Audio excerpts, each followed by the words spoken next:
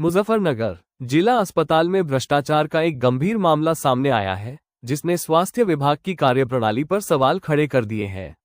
लडवा गांव निवासी एक महिला ने आरोप लगाया है कि उसके बेटे के घुटने के ऑपरेशन के नाम पर डॉक्टर ने 16,000 रुपए की रिश्वत की मांग की।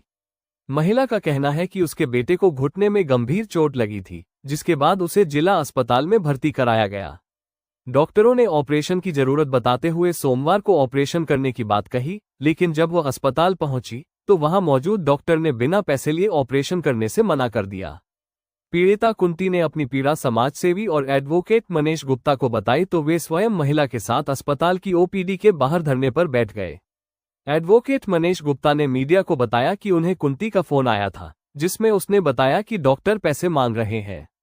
गुप्ता ने आरोप लगाया कि कैमरा नंबर 9 में बैठने वाले डॉक्टर और खून जांच विभाग का स्टाफ अवैध रूप से पैसे मांग रहा है और खुलेआम धमका रहा है कि पैसे नहीं दिए तो कोई काम नहीं होगा, चाहे सीएमएस से शिकायत कर लो।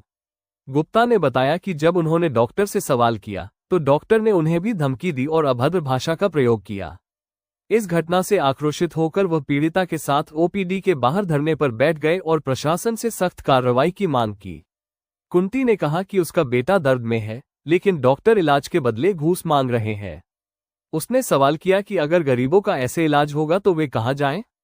इस पूरे मामले ने अस्पताल में फैले भ्रष्टाचार और लापरवाही को उजागर किया है।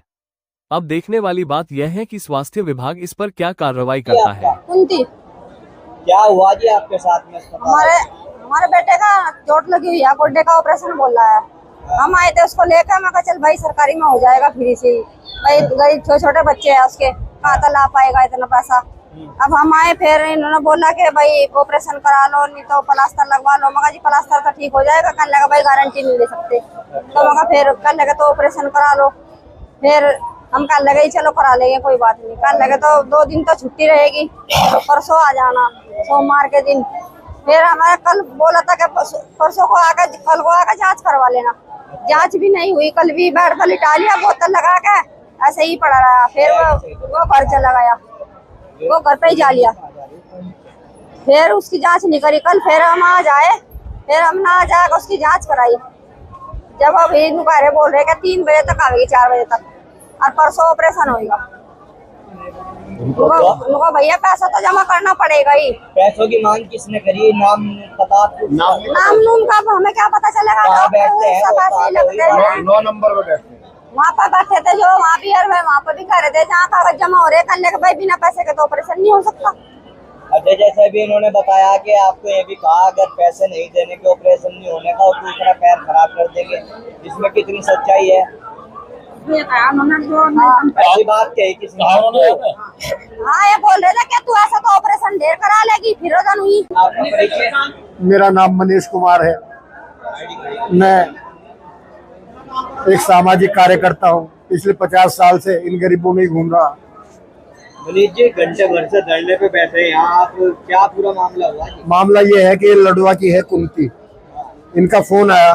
ये लडवा की अनीता है। इन्होंने कहा मेरे लड़के का ऑपरेशन होना है। मैंने कहा तुम जाओ सीएमएस से मिलना, मेरा नाम लेना।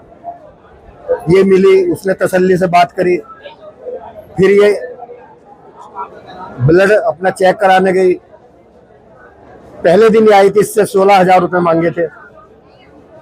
रक्त वाले ने कहा, जो जांच कर रहा था, कि रुपए अगर जमा नहीं कराओगी तुम्हारा इलाज नहीं होने का। सीएमएस को कोई हम किसी की नहीं मानते। किसने कही थी ये बात? ये एक जो रक्त पैसा और एक यहाँ बैठा है 9 नंबर में। क्या नाम है? नाम बेटे मैं जानता नहीं उसका। उसके बाद मैं आया, मैंने उससे पूछा, मैंने कहा भाई इससे रुपए किसने मांगे?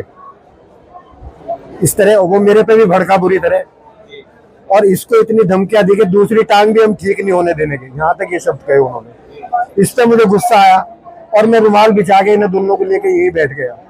अगर अस्पताल में डॉक्टर कंपाउंडर ये कहेगा कि अगर पैसे नहीं दिए हम दवाई में टांग ठीक नहीं होने देने के, ये बूचड़ खाना है, सरकारी अस्पताल है, ये ब्लैकमेल कर रहे हैं।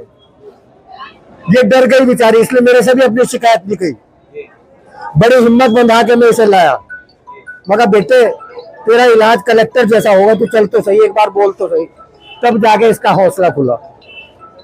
बताइए, ये दलित जाति से है, मेरी बहन है, ये बेरोजगार है, इसका बच्चा बेरोजगार, पति बेरोजगार, लड़का एक्सीडेंट में उधर बैठा हुआ है, वो उसका ऑपरेशन अगर नहीं होगा ये 15-20 हजार रुपए कहाँ से लावेगी। इस तमाम के खिलाफ मैं बैठा।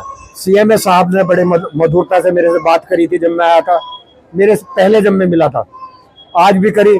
लेकिन जो सिस्टम है अस्पताल का, जब तक हम और आप मीडिया वाले गरीबों के, ये तो गरीब यहाँ खड़े हैं, मैं इनकी बात कर रहा हूँ, इनके हित में है, ये कोई नेतागिरी नहीं है, ये इलेक्शन नहीं है, ना मुझे चुनाव लड़ना, लेकिन इन गरीबों के हित में जब तक जिले में ये नहीं जाने का कि 2 रुपए की पर्ची बनवाने के बाद पर्ची वाले का अधिकार है कि ये अस्पताल उसका और उसके बाप का है, दवाई फ्री मिले, जो फीस है उसकी रसीद मिले, इलाज सही हो। अब अभी लेटेस्ट में क्या चाहते हैं आप, आगे की क्या आपकी रणनीति है, सोच में बताइए।